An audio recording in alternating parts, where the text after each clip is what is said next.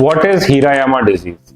If you have done a flexion extension MRI of your spine for weakness in your hand or in the wrist area, and your neurologist is suggesting that you have Hirayama disease, what is it exactly?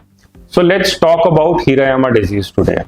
This normally happens in male adolescents, basically between the ages of 15 to 25 years, and it is more common in male patients as compared to female patients. The reason is the discrepancy between the growth rate of vertebral column and the spinal cord. The outer layer of the spinal cord, which is known as the dura. Normally that layer of the spinal cord gets stressed whenever there is a movement in the spine, especially when there is a discrepancy in the growth. So what happens, as the vertebral column elongates during the growth spurt, so does the spinal cord. But the outer covering of the spinal cord dura sometimes may not get stretched enough to accommodate the growing vertebral column. In that situation, whenever the patient moves the neck up and down, some amount of friction is there between the dura and the vertebral column. Because of this, the blood flow or the small blood vessels in that area, sometimes they get affected, and there are ischemic changes in the spinal cord as well.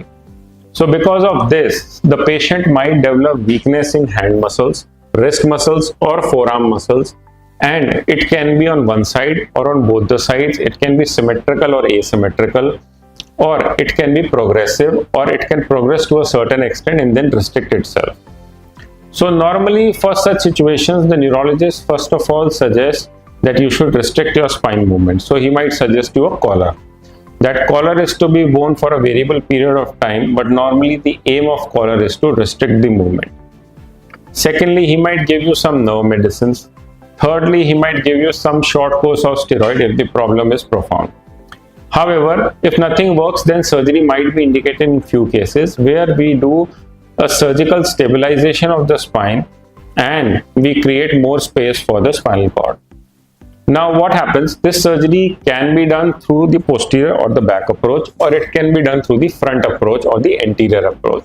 Normally posterior surgery is required, where we stabilize the posterior part of the spinal cord. We make enough space for the spinal cord, we fix the bones to immobilize that segment.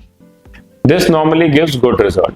So if you are suffering from Hirayama disease, don't worry, visit your spine surgeon or neurologist and he will advise you what next is to be done.